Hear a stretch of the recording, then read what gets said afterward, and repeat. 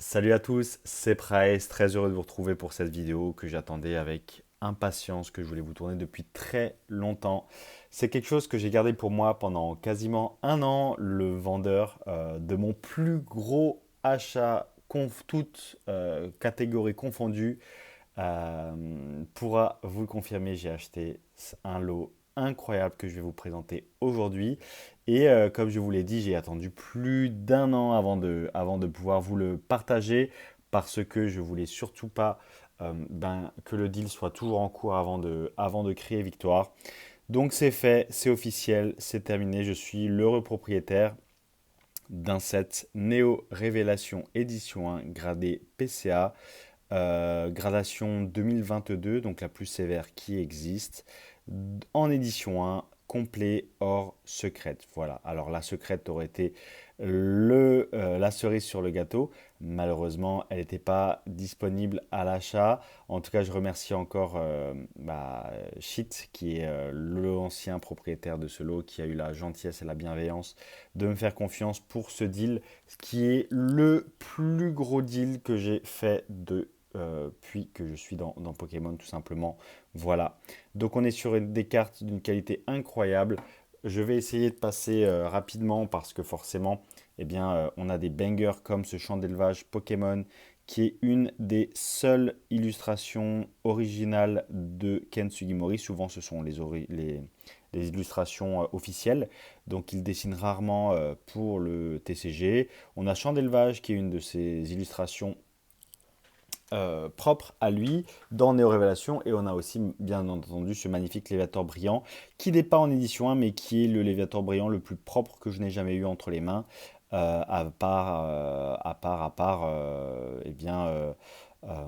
celui-ci c'est vraiment le plus propre que j'ai jamais eu entre les mains. Donc Léviator brillant, Kenshin Mori, illustration originale, ainsi que dans la série la petite dresseur Champ d'élevage de Pokémon, qui est une illustration originale de Kenji Mori, donc un set Neo Révélation édition 1, une histoire folle, très content de pouvoir upgrade de l'édition 2 à l'édition 1 en plus.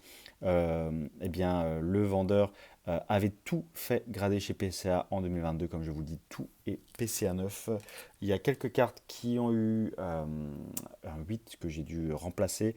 Mis à part ça, tout est dans un état juste incroyable.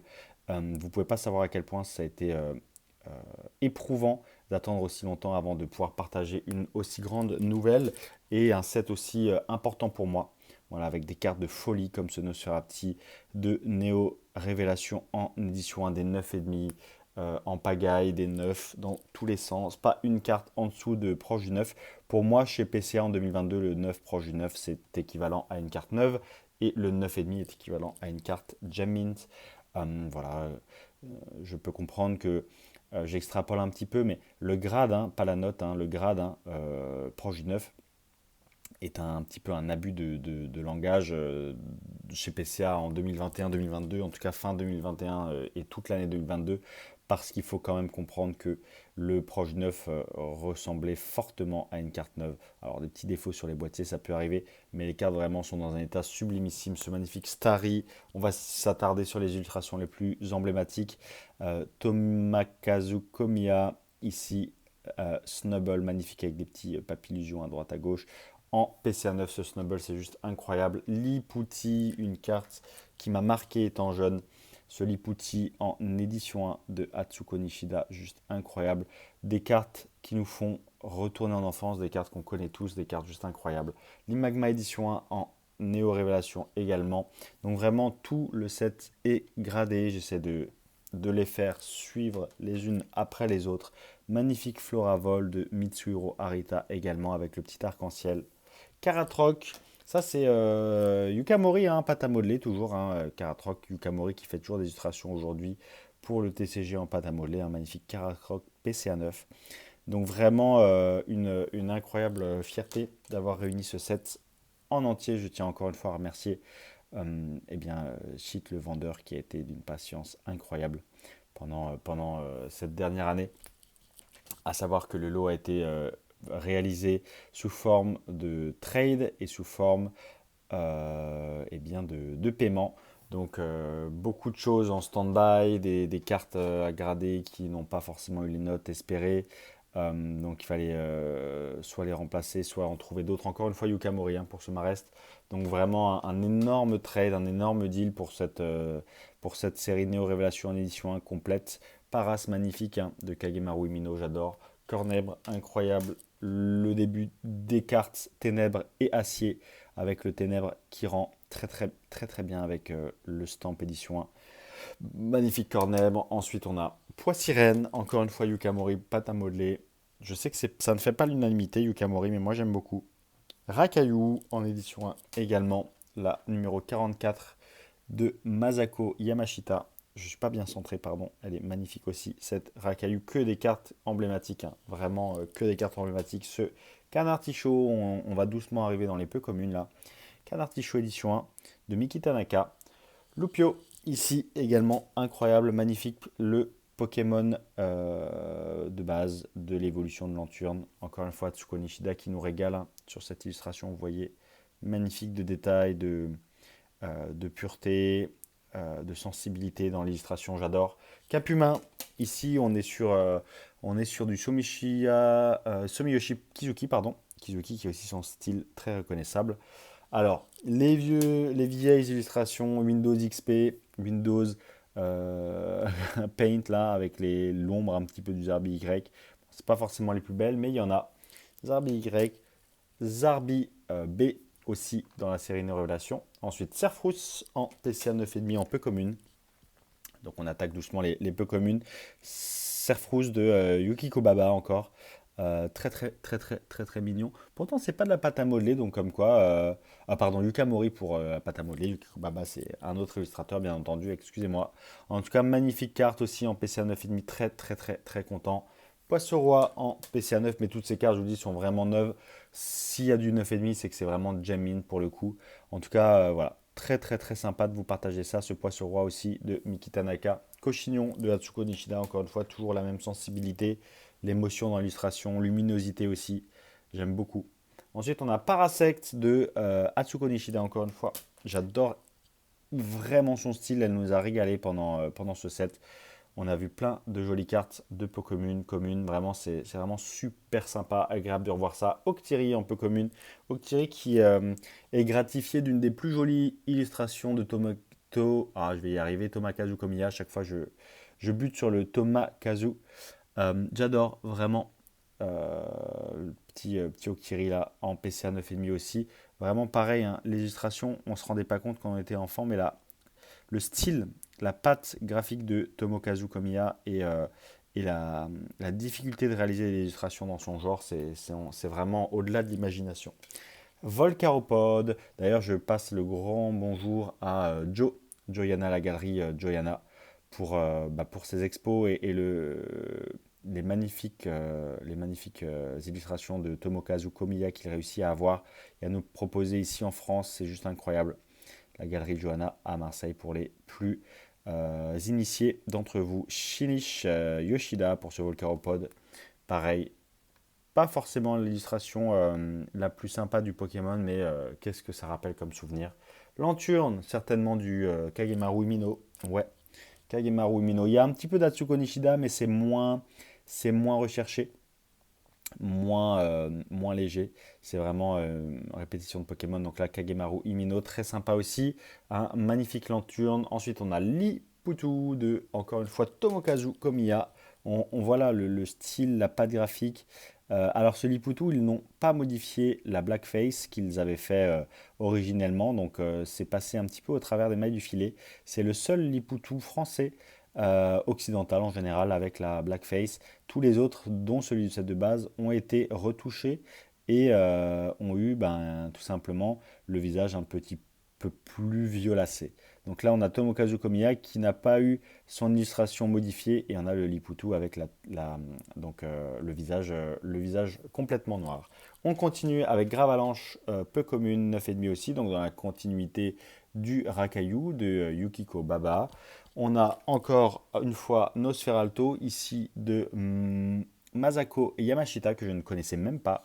Comme quoi, on a des illustrateurs qu'on ne connaît pas forcément ici. Très joli Nosferalto.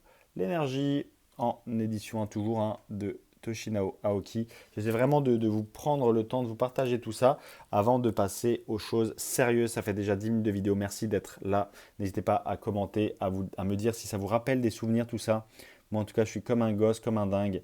On a Suicune numéro 27, édition 1 de Asayo Kimura. Très sympathique, ce Suicune qui fait le triptyque, hein, bien sûr. Donc, Naoyo Kimura qui a fait le triptyque. Pareil pour Sumiyoshi Kizuki qui fait le triptyque Simulabre, Farfuré et Celebi. Donc on a Simulabre édition 1, numéro 26, très sympathique. Donc on va essayer de faire le triptyque après, une fois qu'on aura passé toutes les illustrations. Staros, dont nous n'avons pas eu la chance de l'avoir en holo en France et en Occident en général. Donc très joli Staros ici de Néo Révélation. On a Farfuré, donc on reconnaît de nouveau bien le style de Kizuki avec donc le simulabre, vous voyez. Voilà, on a à chaque fois l'illustration qui se poursuit. Ensuite, on a Hermure pour un autre triptyque. Il y a vraiment plein de triptyques dans cette illustration de Néo Révélation. C'est vraiment une série prolifique. C'est même la série la plus rare avec Neo Discovery en français en édition 1. Neo Discovery, j'ai la chance d'avoir le set complet Co and Co rare, mais j'ai même aucune holographique. Donc là, on a la chance d'avoir la totalité de Neo Révélation hors secrète. C'est juste un bonheur.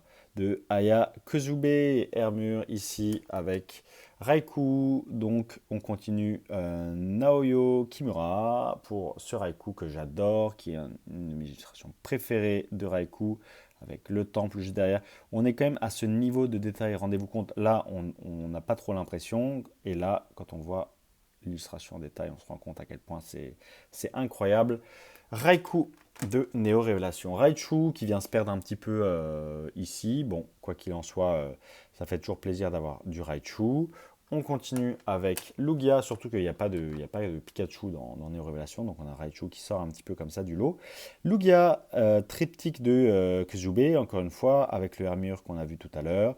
Et on verra très rapidement, après ce Hipporoi, la touche finale au triptyque Hermure Lugia. On va le voir très rapidement après ce magnifique Hipporoi de Mitsuhiro Arita qui ne nous a pas eu, nous ne l'avons pas eu en holographique non plus en France, malheureusement. Donc on a un magnifique Hipporoi non holographique et le triptyque qui se termine avec OO de Néo Révélation en édition 1 de Kozube. Encore une fois, on voit les rappels de Hermure et les rappels de Lugia derrière la lune. Magnifique OO édition 1, 9. Ensuite, on termine le triptyque Entei qui vient clôturer le débat aussi avec Kimura qui nous a fait un travail extraordinaire avec donc forcément, vous voyez le temple, la lune derrière. Donc le temple ici, Raikou là et Suicune là. Voilà, en gros, j'ai essayé de le faire. En tout cas, c'est vraiment des cartes exceptionnelles. Très heureux de pouvoir vous partager ça. Donc, on a un triptyque comme ceci avec Raikou là, le temple là. Et on a bien entendu le Suicune qui vient compléter, qui lui part dans l'autre direction. Alors, je ne me rappelle plus si... Ah bah si, forcément, du coup, Suicune est plutôt en bas. Suicune part vers le bas, voilà. C'est très gênant avec les boîtiers, mais en gros, voilà ce que ça donne. C'est quand même incroyable, c'est magnifique.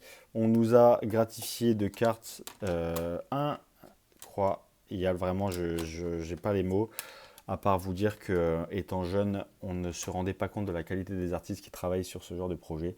Bon, bah, c'est Celebi, voilà, qui vient clôturer Farfuré Simulabre, pareil, de Kizuki. Je ne vais pas vous faire le triptyque pour celui-ci, vous pourrez trouver sur Internet. Et Ptera qui est magnifique, pareil, nous n'avons pas eu la chance de l'avoir en holo. Ptera de Shinichi Yoshida. Très joli ce Ptera aussi. Voilà, on ne se rendait pas compte quand on était jeune de la chance et du talent des artistes qui nous gratifiaient de ces illustrations-là et du travail qui était derrière, qui était fait pour permettre de réaliser aussi le succès qu'on connaît aujourd'hui de la franchise. Je pense qu'aujourd'hui, le succès que connaît Pokémon n'est pas étranger, tout simplement, au talent des artistes qui ont participé. Voilà, on démarre maintenant dans les holographiques avec un magnifique Faramp. On commence par le début parce que les bangers sont à la fin. Magnifique Faramp édition 1 qui est dans un état incroyable. tout comme la suite des holographiques que nous allons regarder tout de suite. On continue les holographiques avec l'Euphorie. Comme ça vous permet de réviser aussi les classiques, hein. Néo Révélation, les numéros 1. Donc Faramp, Ampharos, le A, donc numéro 1, l'Euphorie, numéro 2 sur 64 holo. Magnifique, magnifique, magnifique l'Euphorie. Vraiment sublime, sublime. Et c'est surtout la surface des cartes qui me bouleverse d'une clarté incroyable, sans la moindre micro-rayure, ou en tout cas vraiment très très très faible. C'est là où on se rend compte à quel point le 9 proche du 9 signifie vraiment plus que la sémantique utilisée. C'est ce que je vous répète toujours en ce qui concerne PCA. Le grade n'est plus à la hauteur de la notation. Le grade est dégradant. C'est ça qui est marrant. Dégradant pour l'état vraiment de la carte finale. Vraiment là on voit à quel point... bon, il y a les pochettes forcément, mais c'est bleu profond, il y a la patine. Voilà, c'est parfaitement homogène en termes d'holographisme. Il n'y a pas de rayures particulières, c'est bien cadré. Ce Celebi est un petit peu off-center, on va dire, sud-ouest, nord-est. Voilà, un petit peu décalé. Mais en ce qui concerne la qualité des cartes, c'est juste incroyable. On s'attarde vraiment sur les bangers, hein. Donc ce Celebi édition 1. Insane, voilà, pour continuer dans la série. On a Nostanfer édition 1, encore une fois avec la lune derrière, juste incroyable. C'est vraiment des cartes qui sont sublimes et qui nous rappellent plein de souvenirs. En tout cas, moi, ça m'en rappelle plein. Nostanfer édition 1, juste incroyable. 4 oiseaux, moins apprécié, la numéro 5, hein, mais elle est mignonne quand même, très mignonne quand même, de Komiya, encore une fois. Encore le même décalage, on a l'impression que ça vient de la même display, hein. Donc encore le décalage sud-ouest, nord-est. Nord-est un petit peu excentré et sud-ouest un petit peu plus large. Voilà. Très très sympa ce cas d'oiseau. On continue avec la numéro 6. Petit temps d'arrêt, dites-moi dans les commentaires si vous savez quelle est la numéro 6 de Néo Révélation en édition 1 avant que je vous retourne cette masterclass. Il s'agit de Entei en édition 1 de Néo Révélation. Une carte incroyable, surtout en édition 1. La chance de l'avoir eu plusieurs fois en édition 2, mais jamais en édition 1. Vraiment majestueuse, cette Entei de Ken Sugimori. Juste incroyable. C'est une carte magnifique. Vraiment magnifique. Allez, la numéro 7, parce que on n'est pas au bout de nos surprises. Dites-moi si vous vous rappelez de la numéro 7, parce que là, ça va être masterclass sur masterclass. Vous souvenez-vous de la numéro 7 dans Néo Révélation? Il s'agit de OO en PCA 9. Voilà, dans un état pareil incroyable, un petit peu décentré sud-ouest, nord-est toujours, mais on est sur une carte magnifique. J'ai l'impression que certaines viennent de la même display, d'autres ont été ajoutées au fur et à mesure. En tout cas, ce OO vient visiblement de la même display que Cadoiseau et Celebi. Quoi qu'il en soit, cette carte est dans une qualité juste vraiment folle. J'ai longtemps hésité à les envoyer de nouveau pour avoir le 9,5, mais je trouve que le risque, le ratio bénéfice-risque n'en vaut pas la chandelle. Et j'ai aussi longtemps réfléchi à les envoyer chez PSA, mais je ne prendrai pas non plus le risque. Pareil pour ce Démolos, celui-ci qui visiblement est parfaitement cadré, qui mériterait vraiment un très très beau 9 ou un 10 chez PSA, mais on n'en est pas là et vraiment je ne pense pas du tout les envoyer ailleurs, pour vous dire à quel point PCA est sévère et met en valeur, mine de rien, la carte. Démolos édition 1, on voit le petit tampon ici, noir sur noir, mais il est bien là. Ce Démolos qui en fait rêver plus d'un, hein. Je sais il est vraiment juste incroyable. C'est vraiment une carte très très très très recherchée dans Neo. On continue, que ce soit en édition 1 ou en édition 2 d'ailleurs. On continue avec la seule holographique 9,5, forcément, il fallait que ce soit Kotovol, hein. Forcément, quoi qu'il arrive, c'est vraiment un plaisir de l'avoir en 9,5 gradation 2022. Il n'y a pas mieux en termes d'état. Donc une carte vraiment Gem Mint avec un magnifique Spiruli en haut à droite. Tout d'un coup, on a un petit peu de neige, on va pas vraiment savoir pourquoi. En tout cas, elle est là, elle est magnifique. C'est un Kotovol 9,5. chez PCA. Voilà, Kagemaru Himino. Très très très mignon. On continue avec des cartes un petit peu plus moyennes, on va dire Magnéton, qui nous intéresse moins. Mais étant collectionneur, vous savez à quel point c'est important de collectionner la totalité des holographiques et la totalité des cartes, tout simplement, pour compléter son set. Voilà. Donc Magnéton édition 1 Néo Révélation. Vous pouvez aller voir le travail que Pocket Tracker a fait pour comprendre à quel point ces cartes sont dans un état insane et à quel point ces cartes sont rares, surtout en édition 1 et en édition 2, hein, bien sûr, tout état confondu. Néo Révélation, toujours, Feu faux rêve, Katsuyimori, simple, efficace, illustration des boosters, Feu faux rêve, en édition 1, mesdames et messieurs, très mignon. On continue avec la dernière illustration un petit peu moyenne, Porygon 2, même s'il a le mérite d'être là, et moi j'ai toujours trouvé très mignonne. Dans cet été-là, de toute façon, c'est un plaisir à tenir et à posséder. Donc Porygon 2 de Néo Révélation en édition 1 PCA 9. On termine ces 20 minutes de vidéo un petit peu plus avec, je vous laisse deviner quelles sont les deux dernières cartes de la série. On vous rappelle, enfin en tout cas je vous rappelle qu'il n'y a pas les secrètes. Je suis bien triste, mais je vous rappelle Raikou, la numéro 13 sur 64 de Ken Sugimori. Petite pause pour cette carte vraiment sublime, sublime, dans un état incroyable. Pareil, hein, ça ne bougera jamais. Et on est sur une carte extrêmement bien cadrée. Voilà, pour ce Raikou. Et on termine avec le Pokémon qui en fait rêver le plus. Suicune, pareil, qui a l'air de venir de la même display que Celebi, OO, Cadoiseau, etc. Ce Suicune qui est dans l'exact même état de décentrage, mais très très très léger. Suicune, édition 1 de Ken Sugimori, pareil, qui vient compléter Entei Raikou, le triptyque en holo.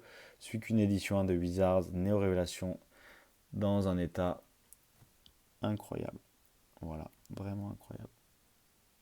J'en profite pour m'attarder un petit peu sur la carte, pour vous montrer le dos bleu profond, la face mint, et ce Pokémon très très très bien mis en valeur par le dessin de Ken Sugimori avec le jeu d'ombre, bien sûr. Et puis l'holographisme derrière. Voilà les amis, j'espère que vous avez passé vraiment un bon moment avec moi, que ça n'aura pas été trop rébarbatif et pas trop pointu, surtout en ce qui concerne les illustrateurs, les triptyques, les petites informations sympathiques à connaître sur le set. On termine avec ce magnifique trio qui viendra résumer tout simplement cette dinguerie qui est Néo Révélation en édition 1. Très content d'avoir terminé cette étape. Maintenant, ce sera à Neo Discovery d'être terminé avec les holos, même si j'en ai aucune. Je pense que je n'y arriverai sans doute jamais, même si c'est toujours le but de tout collectionneur. Et également, tout simplement, Neo Destiny, où j'ai la chance de posséder quelques petites brillantes, mais aucune holo en édition 1, malheureusement, ni aucune Co-Unco est rare. C'est vraiment introuvable Neo Destiny en édition 1. En tout cas, voilà, j'espère que ça vous a plu, les amis, que vous continuerez à venir vous informer, connaître les petites histoires des sets Wizards, Surprise, Pokémon. On est très niche, on est très petit, mais en tout cas, c'est un plaisir de vous faire ces vidéos comme à chaque fois. En tout cas, portez-vous tous très bien. N'hésitez pas à mettre en commentaire ce que vous pensez de ce set. Partagez-le autour de vous pour voir ce genre de cartes. On les voit très très très rarement. Et puis ensuite, venez sur le Discord de la communauté la plus bienveillante et la plus active de France, avec également un live Voct tous les lundis à 20h. Voilà, prenez tout soin de vous les amis, c'était Price, ciao ciao, à la prochaine.